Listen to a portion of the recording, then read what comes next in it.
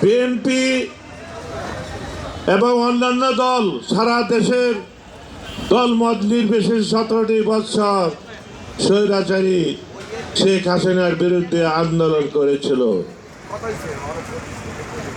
এই স্বৈরাচারী সরকারের বিরুদ্ধে আন্দোলন করতে গিয়ে অনেকে গুম হয়েছেন, খুন হয়েছেন, জেলের পর জেল খেটেছেন।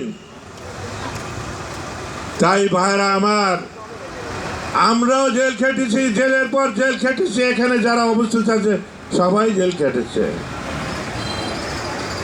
এই স্বৈরাচারী শেখ হাসিনা সারা বাংলাদেশের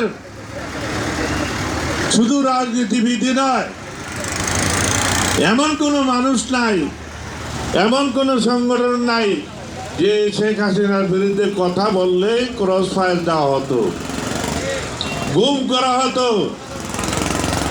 এদেশের মৌলিক অধিকার ছিনে নিয়েছিল, এদেশের মানুষের গণতান্ত্রিক অধিকার ছিনে নিয়েছিল, এদেশের মানুষের রাজনৈতিক অধিকার বলতে কিছুই ছিল না।